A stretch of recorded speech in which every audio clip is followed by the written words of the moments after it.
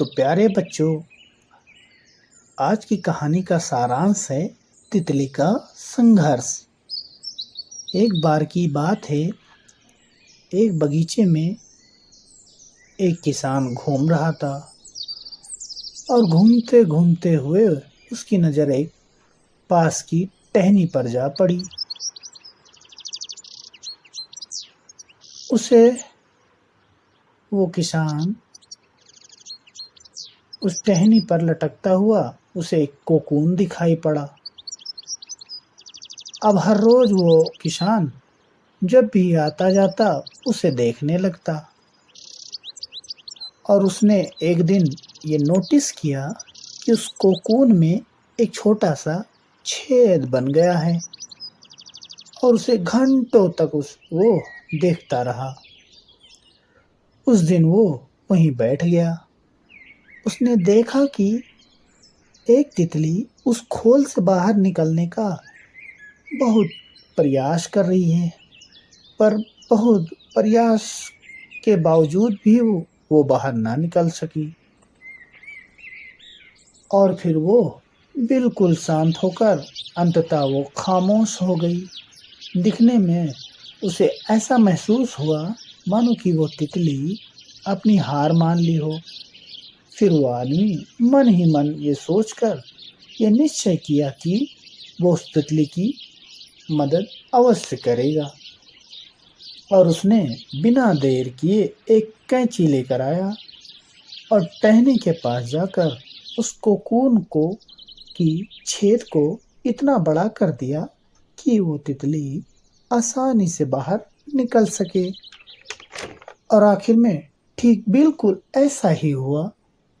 तितली बिना किसी संघर्ष से आसानी से बिल्कुल बाहर निकल आई, लेकिन उसका शरीर बिल्कुल सूजा हुआ और उसके पंख बिल्कुल सिकुड़े हुए थे। और वो आदमी तितली को देखकर ये सोचता रहा कि वो अब किसी भी वक्त अपने पंख फैलाकर उड़ने लगेगी, लेकिन ऐसा कुछ भी नहीं हुआ, जबकि इसका उलट ही हुआ और तितली उड़ ही नहीं पाई और उसको अपनी बाकी जिंदगी घिसटते हुए बितानी पड़ी।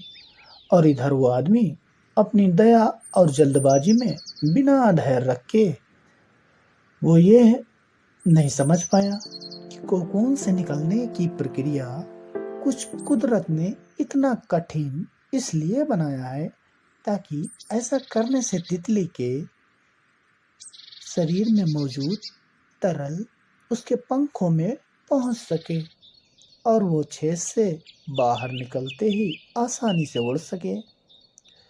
तो प्यारे बच्चों, ईश्वर ने हमें इसलिए अपने हिसाब से हमें बनाया है। तो प्यारे बच्चों, वास्तव में हमारे जीवन कभी कभी संघर्ष ही वो चीज़ होती है जिसकी हमें सचमुच आवश्यकता होती है। यदि हमें बिना किसी स्ट्रगल के सब कुछ मिल जाए तो हम भी एक अपंग के समान हो जाएंगे। इसलिए मेहनत और स्ट्रगल जीवन में कभी नहीं छोड़नी चाहिए। बच्चों, प्यारे बच्चों, हमें जीवन में हार नहीं माननी चाहिए, बल्कि हर कठिनाइयों को लांघते हुए अपने उस मंजिल तक पहुंचना चाहिए। तो प्यारे बच्चों, हमें जीवन में कुछ पाने के लिए कुछ करना पड़ता है, कुछ उठाना पड़ता है।